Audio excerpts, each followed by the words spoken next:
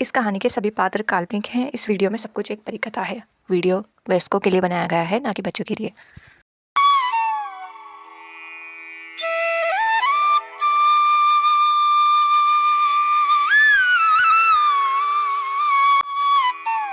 रायपुर नाम के छोटे से गांव में हर साल ठंड पड़ती थी, लेकिन इस बार ठंड कुछ अलग ही स्तर पर थी। जनवरी का महीना अभी शुरू ही हुआ था और ऐसा लग रहा था सर्दी अपनी चरम सीमा पर पहुंच गई हो। गांव के छोटे छोटे घरों की छतें सुबह ओस की जगह सफेद बर्फ की परत से ढकी होती। पेड़ों की शाखाएं मानो ठंड से सिकुड़ गई थीं। सूरज भी ऐसा लगता था जैसे बादलों की मोटी चादर ओढ़े सो गया हो। ठंड का मौसम अमीरों के लिए तो बहुत ही सुहाना होता है, लेकिन गरीबों के लिए मुसीबत का पहाड़ टूटने जैसा है। यह ऐसे ही एक गरीब परिवार की कहानी है। युगेश के परिवार पर ठंड का मौसम कहर बनकर टूटता है, जिसमें युगेश, उसकी पत्नी काव्या और उनके 2 छोटे बच्चे चिंकू और बुलबुल रहते थे।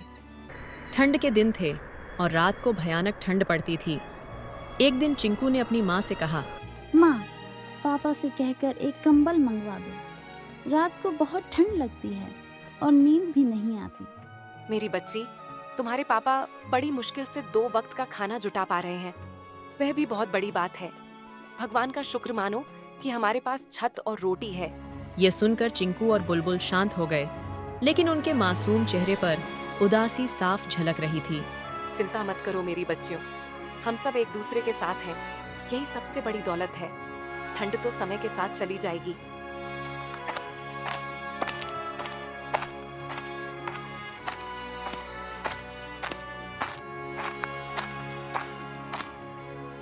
बेटा, तुम लकड़ियां ले आए। ला दे बेटा, इसकी तो बहुत जरूरत थी। हाँ काका, ये लो आपकी लकड़ियाँ। लेकिन बेटा, मैं आज तुम्हें इन लकड़ियों के पैसे नहीं दे पाऊंगा। अभी बेटे ने शहर से पैसे नहीं भेजे हैं। कोई बात नहीं काका, जब आपके पास पैसे आ जाए तब दे देना। तू सदा खुश रहे बेटा। भगवान हमेशा तुझ खुश रहे। धन्यवाद काका, बस आपका यही आशीर्वाद चाहिए। अच्छा काका, मैं चलता हूँ, और भी जगह लकड़ियाँ देनी हैं।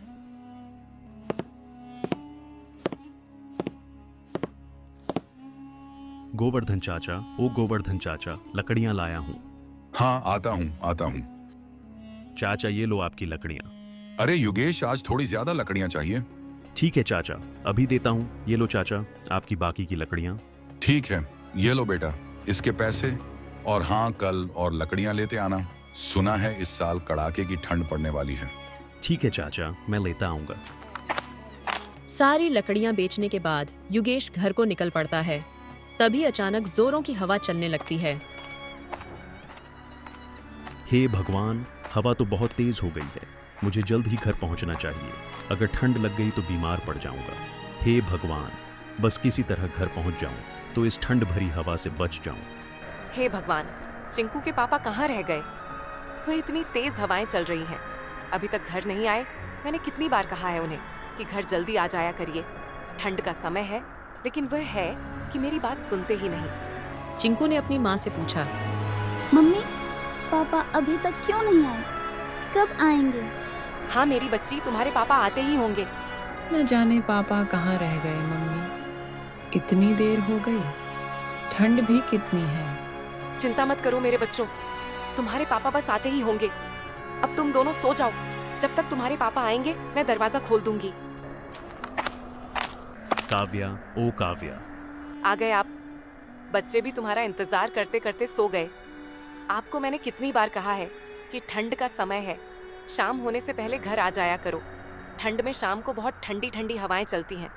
चलिए चूल्हे के पास बैठ जाइए, मैं खाना गर्म कर देती हूँ। हाँ काव्या, तुम ठीक कर रही हो। बाहर ठंड बहुत ज्यादा है। कल से मैं और सुबह जल्द घर से निकल जाया करूंगा और शाम होने से पहले सारा काम निपटाकर घर आ जाया करूंगा। सुनिए जी, ठंड बहुत ज्यादा बढ़ गई है। बच्चे भी आज कंबल को लेकर कह रहे थे कि एक ही कंबल में कैसे गुजारा होगा। हाँ काव्या, मैं समझ रहा हूँ। तुम मोटा वाला कंबल निकाल देना, शायद उससे कुछ राहत मिल जाए। हाँ जी, लेकिन वो कंबल अब फट चुका है। उसमें से ठंडी हवा अंदर घुस जाती है। पता नहीं ऐसे कैसे गुजारा होगा। मैं सुबह ही कुछ इंतजाम करने की कोशिश करूंगा। बच्चों को ठंड में ऐसे नहीं रहने दूंगा। भगवान हमारी मदद करेगा।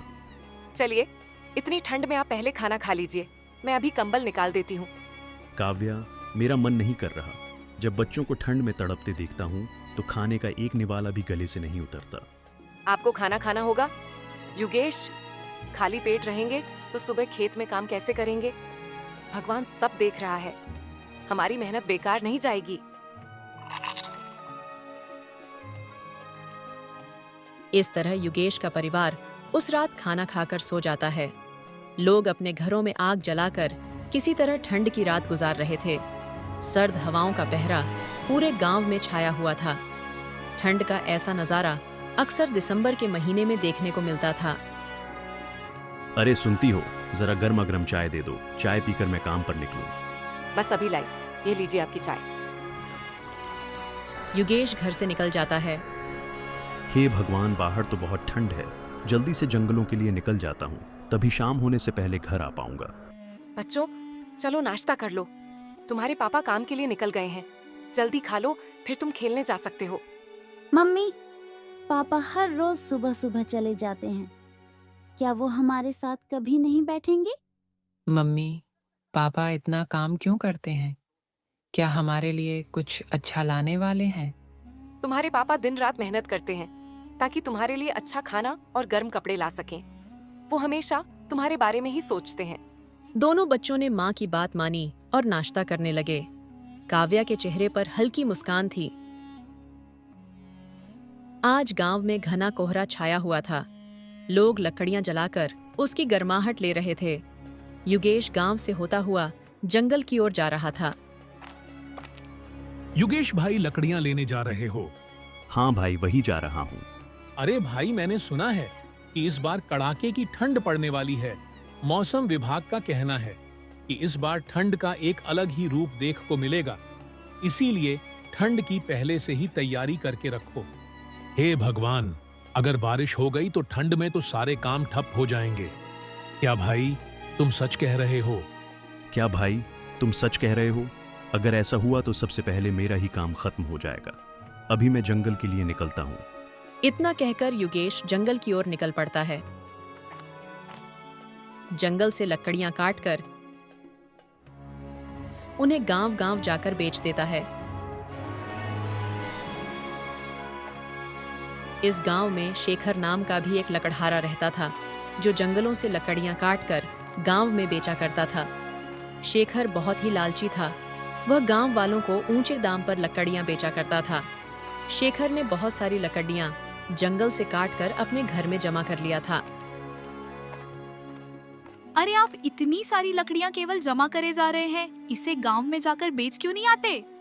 अरे सविता, तुम बस देखती जाओ, कुछ दिन में ही गांव में बारिश होने वाली है। उस समय जंगल की सारी लकड़ियां गीली हो जाएंगी। बस इसी मौके का फायदा हमें उठाना है, तब मैं लकड़ियों को ऊंचे दाम पर बेचूंगा। जी, मेरी बात मानिए तो ऐसा करना सही नहीं है।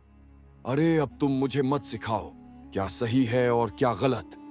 शेखर अपनी पत्नी को तो उस समय चुप करवा देता है और अपनी लकड़ियां बेचने के लिए सही वक्त का इंतजार करता है। वहीं दूसरी तरफ युगेश गांव-गांव में लकड़ियां बेचकर घर आ जाता है और सब खाना खाकर सो जाते हैं।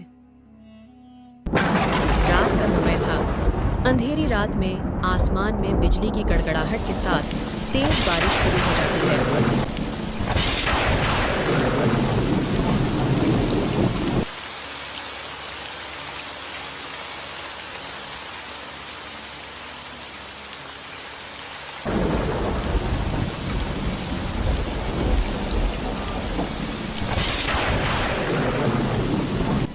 कड़कती बिजली की आवाज से युगेश की आंखें खुल जाती हैं। उसने दरवाजे के पास जाकर देखा।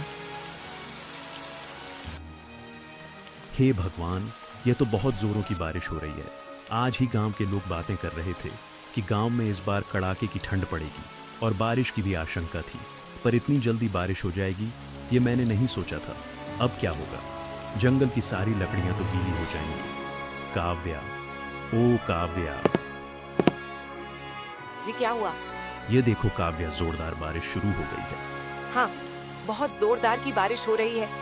इतनी तेज बारिश तो कभी नहीं हुई। हवा भी बहुत जोरों की चल रही है। चलिए अंदर वाले कमरे में जहाँ ज्यादा देर रहे तो ठंड से बीमार पड़ जाएंगे। अब क्या होगा?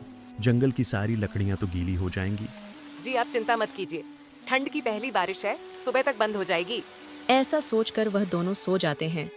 पूरी रात बारिश होती रही। बिजली की गड़गड़ाहट की आवाज सुबह तक सुनाई दे रही थी। बारिश थी जो बंद होने का नाम भी नहीं ले रही थी।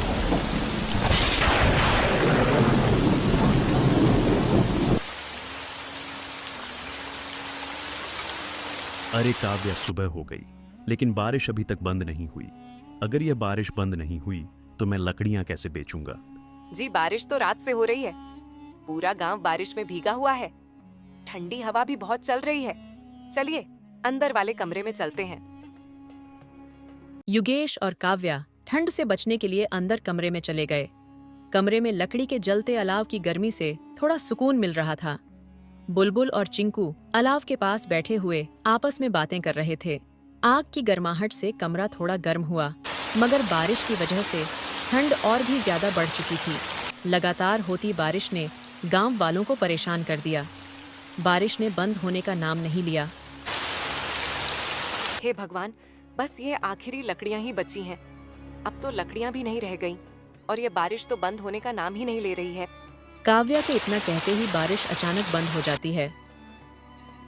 मम्मी देखो, बारिश रुक गई। काव्या, लगता है भगवान ने तुम्हारी सुन ली, बारिश बंद हो गई। हाँ बारिश तो बंद हो गई, लेकिन लकड़ियां तो फिर भी नहीं ला पाएंगे। जंगल की लकड़ियां गीली हो गई होगी।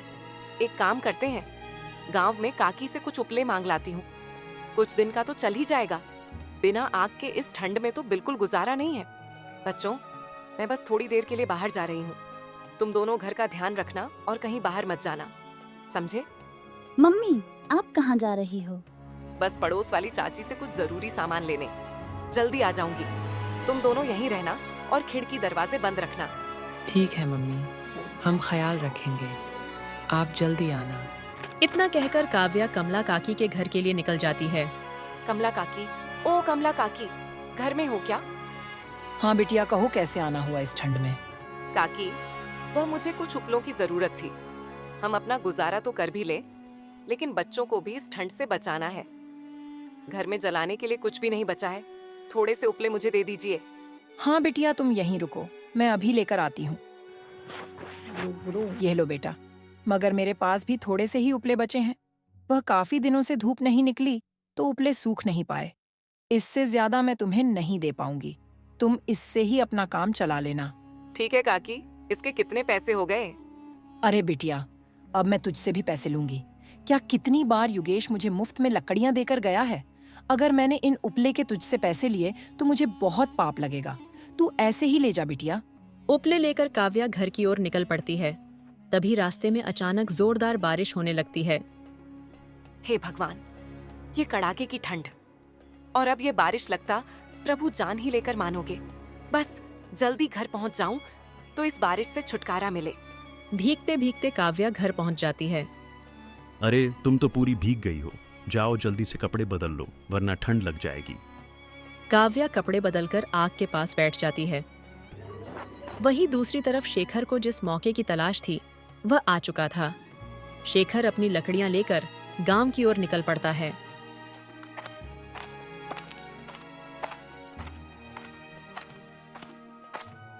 अरे शेखर लकड़ियां लाया है, ला जल्दी दे दे। यह लो काका अपनी लकड़ियां। इसकी बहुत जरूरत थी। यह लो शेखर, इसके पैसे। काका यह तो केवल 20 है, 10 और लगेंगे। क्यों, युगेश तो 20 में ही लकड़ियां देकर जाता है। काका आपको तो पता ही है कि बारिश कितने दिनों से हो रही है। जंगल की सारी लकड़ियां गीली हो गई हैं। गांव में अभी लकड़ियों की बहुत कमी हो गई है, इसीलिए लकड़ियों के दाम भी बढ़ गए हैं। अगर आपको चाहिए तो आपको इसके 30 रुपये देने होंगे। युगेश भी शायद आपको लकड़ियां ना दे पाए, क्योंकि मैं यह लकड़ियां बाजार से खरीद कर लाया हूं और मुझे भी यह काफी महंगी ही मिली है। ठीक है, ये लो बाकी के 10। इस तरह शेखर पूरे गांव में लकड़ियां बेच देता है और उसको लकड़ियां बेचकर काफी अच्छी कमाई हो जाती है। गांव वाले भी शेखर से लकड़ियां खरीदने के लिए मजबूर थे। आज युगेश के घर में राशन भी खत्म हो चुका था। भगवान, घर में कुछ भी खाने को नहीं बचा है और लेने के लिए पैसे भी नहीं है। हम तो भूखे पेट भी रह लें, लेकिन बच्चों को भूखे पेट कैसे सुलाएंगे? आप जाइए ना, गांव में देखिए, कुछ खाने के लिए मिल जाए, नहीं तो लाला की दुकान से उधार ही लेते आना। ठीक है काव्या, मैं जाता हूँ। पूरा गांव कोहरे में डूबा हुआ था। युगेश खाने की तलाश में निकल पड़ता है और लाला की दुकान पर पहुंच जाता है। लाला जी, मुझे कुछ राशन की ज़रूरत है। अभी मेरे पास पैसे नहीं हैं, लेकिन जैसे ही पैसे आएंगे मैं आपको दे दूंगा। देखो युगेश, मेरा काम भी ठप हो गया है और बिल्कुल आमदनी नहीं हो रही है, इसलिए मैं तुम्हें उधार नहीं दे सकता। तुम किसी और से मांग कर देख लो। लाला जी, कुछ भी दे दो, घर में कुछ भी खाने को नहीं है। देख युगेश, तू मुझे मजबूर मत कर, मैं तुझे उधार नहीं दे पाऊंगा। मेरी बात समझ, तू किसी और से मांग कर देख ले। लाला जी युगेश को साफ साफ मना कर देते हैं और युगेश निराश होकर वहां से चला जाता है। हे भगवान, घर में कुछ भी खाने को नहीं है और ये ठंड भी बहुत लग रही है। लकड़ियां भी नहीं बची हैं, घर में कुछ और जलाने के लिए भी नहीं। अब क्या करूं? अब युगेश को समझ नहीं आ रहा था कि वह बिना पैसों के राशन का इंतजाम कैसे करें। तभी युगेश का एक दोस्त, जो कि पकोड़े बेचता था, वहीं से गुजरता है। अरे युगेश, कैसे हो? तुम बड़े दिनों बाद दिखाई दिए क्या? युगेश भाई, बड़े उदास दिखाई पड़ रहे हो। कोई बात है क्या? कोई परेशानी है तो मुझे बताओ। क्या बताऊं भाई, मेरा जीवन तो ठंड और बारिश से बेहाल हो गया है। घर में कुछ भी खाने को नहीं है। हम तो भूखे पेट भी रह सकते हैं, लेकिन बच्चों को भूखे पेट नहीं रख सकते। उनका हक है कि वे अच्छे से खाएं, अच्छे से सोएं। और लाला जी भी उधार देने को राजी नहीं हैं। समझ नहीं आ रहा कि खाली हाथ घर कैसे जाऊं। काव्या भी मेरी राह ताक रही होगी और खाली हाथ घर लौटने की मेरी हिम्मत नहीं हो रही है। समस्या तो बड़ी गंभीर है युगेश। सच बताऊं तो इस ठंड से मैं भी बहुत परेशान हो गया हूं। काफी दिन से बारिश हो रही थी तो मेरा माल भी नहीं बिका। मेरे पास कुछ आलू है, पकौड़े बनाने के लिए जो आलू खरीदे हैं, मैं बस इतना ही तेरी मदद कर सकता हूं।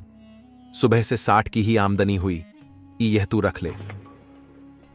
भाई, मुझे समझ नहीं आ रहा कि किस मूंग से तुम्हारा शुक्रिया अदा करूं। भाई, आखिर इसमें शुक्रिया की क्या बात है? इन मुश्किल घड़ी में हम लोग एक दूसरे का साथ नहीं देंगे तो देगा, तुम चिंता मत करो। यह आलू तुम घर ले जाओ, ठंड बहुत है, मैं भी घर को ही जा रहा हूं। इतना कहकर श्याम और युगेश दोनों अपने अपने घर की ओर निकल पड़ते हैं। आलू तो ले लिया है, लेकिन आज सुबह ही घर के सारे उपले खत्म हो गए थे। इन पैसों से मैं कुछ उपले ले लेता हूँ। उपले लेकर युगेश घर पहुंच जाता है। ये लो कुछ आलू और ये उपले, तुम इन्हें उबाल लो। आज इसी को खाकर हम अपना पेट भर लेंगे। हमारा क्या है, हम तो जो आलू बच जाएंगे वो खा लेंगे।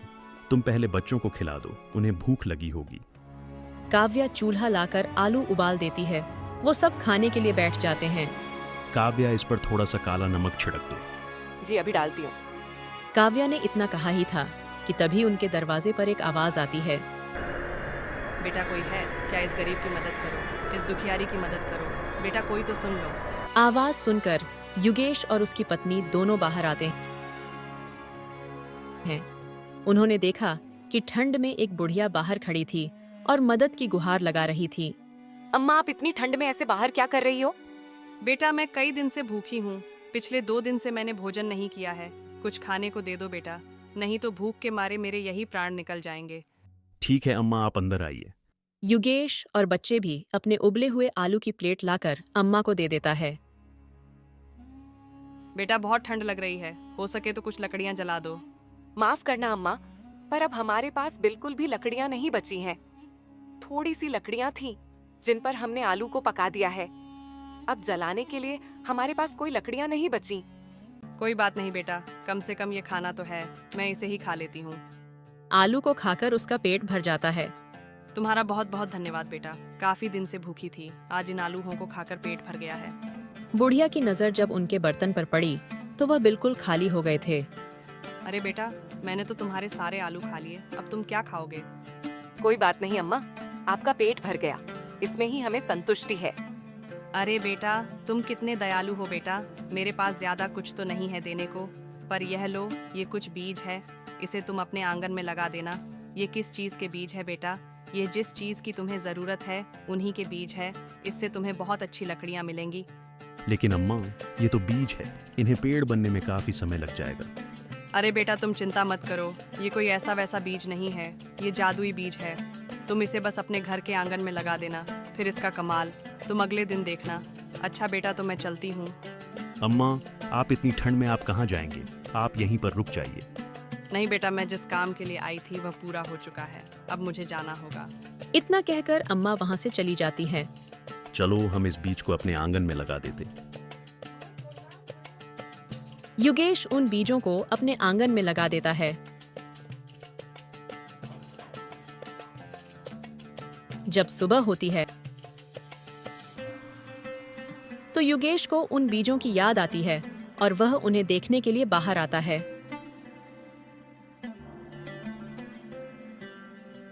बाहर का नजारा देखकर युगेश हैरान था। अरे ये क्या है काव्या? ओ काव्या, जल्दी आओ। काव्या भी वह दृश्य देख हैरान थी।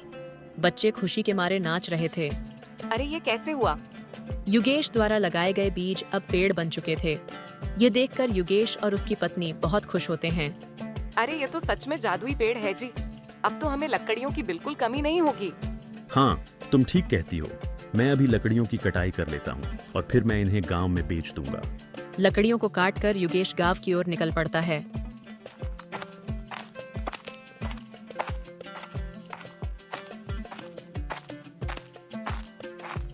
काका, तुम्हारे लिए लकड़ियां लाया हूँ।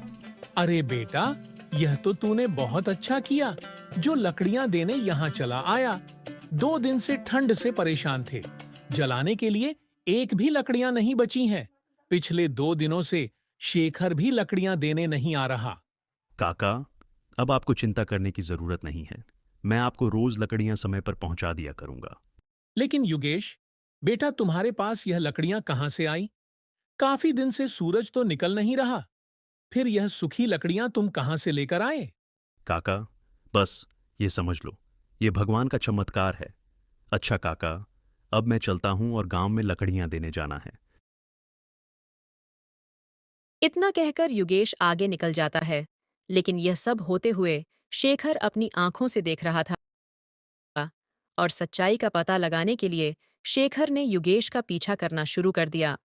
जी आ गए आप, लगता है आज सारी लकड़ियां बिक गई। हाँ काव्या, अब हमें कभी दूसरी जगह से लकड़ियां लाने की जरूरत नहीं पड़ेगी। अब हम इसी पेड़ से लकड़ियां काट लिया करेंगे। हाँ जी, भला हो उस अम्मा का जिसने हमें यह जादुई पेड़ दिया है। इस पेड़ की लकड़ियां तो कभी खत्म ही नहीं होगी। अब हम इन लकड़ियों को बेचकर अपने घर की स्थिति को ठीक कर लेंगे। अच्छा, तो ये जादुई पेड़ है, क्यों ना मैं भी इस पेड़ से अपना फायदा निकलवा लूं। ऐसा सोचकर शेखर उस समय तो वहां से चला जाता है। लेकिन रात के समय युगेश के घर के पास आकर वह उस पेड़ से लकड़ियां काट लेता है और उसे अपने घर ले जाता है। काका, लकड़ियां लाया हूं, बोलो कितनी चाहिए? अरे शेखर, अब मुझे तुम्हारी लकड़ी खरीदने की कोई जरूरत नहीं है। अब युगेश मुझे समय पर लकड़ियां दे जाता है। तुमने हमारी मजबूरी का बहुत फायदा उठा लिया, लेकिन अब मुझे तुम्हारी लकड़ियों की कोई जरूरत नहीं। काका ने शेखर से लकड़ियां खरीदने के लिए साफ साफ इनकार कर दिया। शेखर गांव के और लोगों के पास भी जाता है और अपनी लकड़ियां बेचने की कोशिश करता है, मगर कोई भी उससे लकड़ियां खरीदना नहीं चाहता था, क्योंकि मजबूरी के समय में शेखर ने उन लोगों का खूब फायदा उठाया था। काफी महंगी दाम पर लकड़ियां बेचकर उसने गांव वालों से खूब मुनाफा कमाया था। शेखर को भी अच्छा सबक मिल चुका था, लेकिन अब उसके पास पछतावे के सिवा और कोई नहीं बचता।